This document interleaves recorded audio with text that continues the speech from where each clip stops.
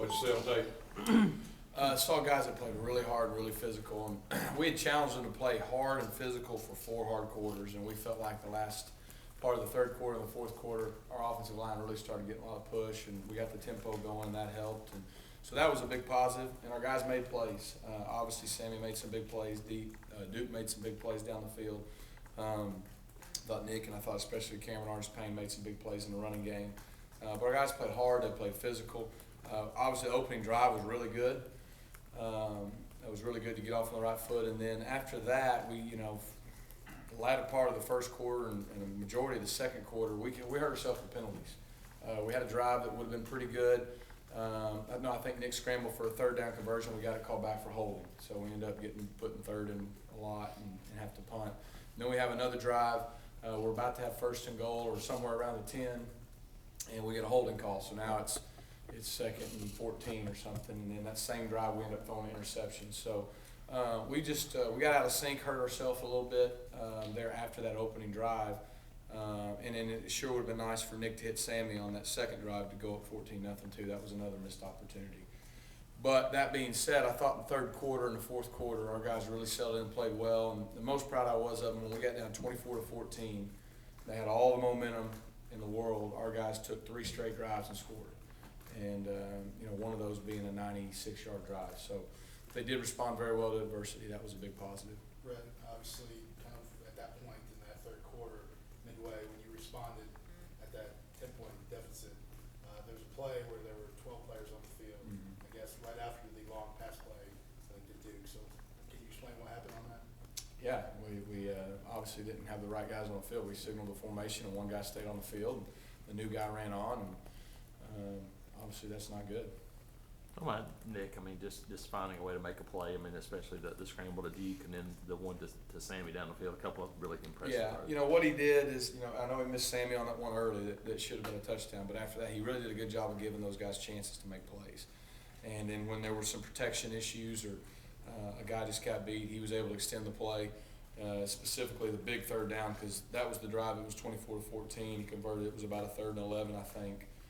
And what you don't see is if he could have gotten the ball off on time, it would have probably been a touchdown because the defender covering Duke, who he was about to throw to, fell down. So as long as he hits him, it's about a 70-yard touchdown. He scrambled out, though, made a fantastic play. Duke made a good play, and that got us going. But really for the most part, there was about 3 or 4 plays that I thought he didn't play very well. But other than that, I thought he had a really good game and made plays for us. Rhett, as a coordinator, when you have one game where you have 0 penalties on offense, and then a game where you really hurt yourself with penalties, what do you see as the difference in other than obviously different officials making calls? But yeah, well, I don't know. I don't know if it's being on the road has something to do with it. I think we had 4 penalties on offense. I think we had 2 holds. We had the delay game, which that was on us as coaches, and then we had I think Reese got called for a chop block downfield. So that was what we had on offense. So we didn't have any pre-snap penalties, motion because of the noise, and those are things that we really harp on, especially when you go on the road. So I was proud of the guys for that, but it's a discipline thing. You got to be in the right body position, and when you start to feel a guy leave, you can't grab him. You got to let go and refit, and obviously the time that happens, one of the penalties and turnovers was critical, was inside the 20-yard line. So it's rare that you're going to have a game without any penalties like we did 2 games ago. But, obviously we can't have those drive killers, those 10-yard penalties and 15-yard penalties. It's just a discipline issue. Sorry. How was Rock feeling there midway through the second quarter? He came off with it. Rock's fine. He rolled an ankle, and he could have gone back in. Probably wouldn't have been full speed.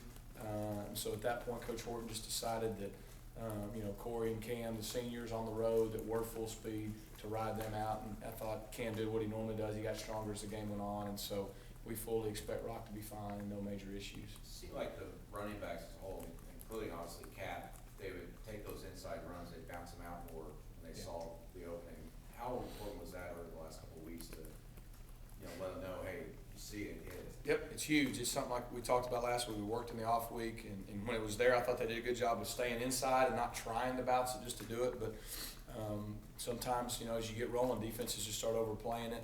And not only did they bounce, but I thought our wideouts did a good job blocking on the perimeter to spring some of those runs that were going to be a 4-yard run. Now it was a 9 to 12-yard run. And I think Nick had a long run on one. He pulled Quan, peeled back, and made a really good block for him. So those guys did a good job blocking on the perimeter, because you can't bounce it on the perimeter if you don't block the perimeter, and that's something we're getting better at. Rip, back in the spring and fall camp, and even the first couple of weeks of the season with Cap and Corey, it was 1 and 1A and everything's a committee. And now Cap's leading the SEC in rushing. Yeah. How much of this has been Cap rising to the occasion and creating separation there?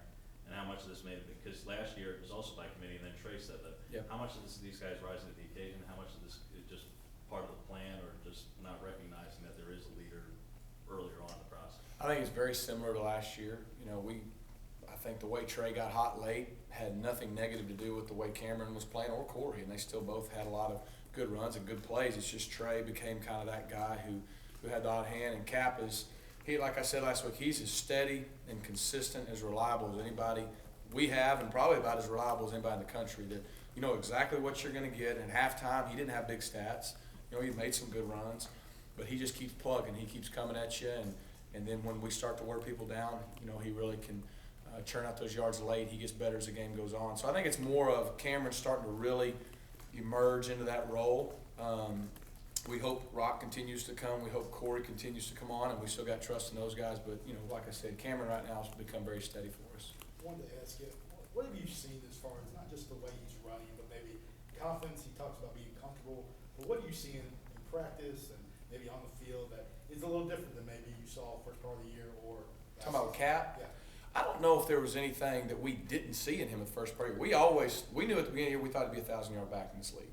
We really did. Now, I don't know, we didn't know to what level, and there's still some of that remains to be seen. But, you know, what he's done is he just has great determination. He has a drive in him, a very quiet strength of drive that, you know, he's going to be successful. He's very driven to prove himself. And he doesn't have to say anything to anybody about it, but he comes to work every day. I've said it before. He's like Coach Horton would say, he's a pro before he's a pro. The way he prepares, the way he studies film, the way he comes to practice, he's the same young man every single day. If he's having a bad day, you're not going to know it as far as how he is in meetings and practice. And so I think that consistency is something you start to see on the football field. Rhett, since the open day, you guys have scored, I guess, 11 touchdowns and 3 90-plus yard drives. And just about all those touchdowns have been long drives. Yeah. Has there been a difference, a noticeable difference in what's happened? Well, you know, for one thing, guys were making plays. We had two big third and long conversions last night, obviously, in the second half. Duke had one, Sammy had one. You got to make plays in big games. Sometimes it's not going to just be clean. You got to make plays. But, you know, I think we've been more consistent overall from the execution standpoint, the effort, how hard we play, guys being unselfish, blocking, playing without the ball. And I think that's had a lot to do with it. You know, for some reason, we're better with long fields than short fields. I don't understand. We try to make the simple hard and the hard simple for whatever reason. We've done a good job the last 2 weeks with long drives, but we had a couple opportunities last night with short fields, and we didn't take advantage of that. So we got to have that same mentality when we're backed up. We got to have that same attention to detail and focus when we get a good field to go score. Do you feel like you're starting to see the offensive line similar progression of last year, especially these last 3 weeks? They're getting better. They really are. I mean, they've gotten better each week, probably from the LSU game till now. And I think that's credit to JB and those senior guys and those guys that have played a lot of games, and they're just getting a little more continuity. We can still improve there and everywhere else we feel as we go with game to game.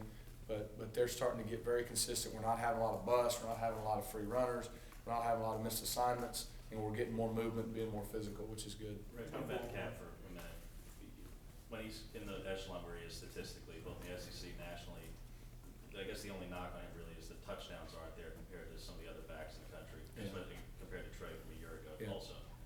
Why do you think that is, that's happened just where Nick may get more? I know he had one after Cap got them. They got you guys to like the 4 or the 6 last night. Yeah. And Nick ran it. Why is there a rhyme or reason to it this year? No, I think, you know, probably one thing that Cap has that a lot of other running backs don't is they have a guy like Nick playing quarterback. So Nick's got 9 rushing touchdowns. So, you know, that's probably at least 5 that are taken away from Cap. Like you said, last night Cap has 3 great runs for about 25 yards to get us to the 2-yard line. And we were going to give it to Cap, and I think they had a player down. So things slowed down, stopped, so we went with a different play, and Nick's the one who ends up getting in. And, you know, like I said, Cam's a quiet guy. He's not a me guy. He doesn't get a lot of the attention that he probably deserves. But I think he's okay with that. And we know how good he is and how consistent he's been for us. And You know, I think he's okay. He doesn't seem to have an issue with not getting those touchdowns because he's not a me guy. He's a really selfless and a team guy. All right, Coach.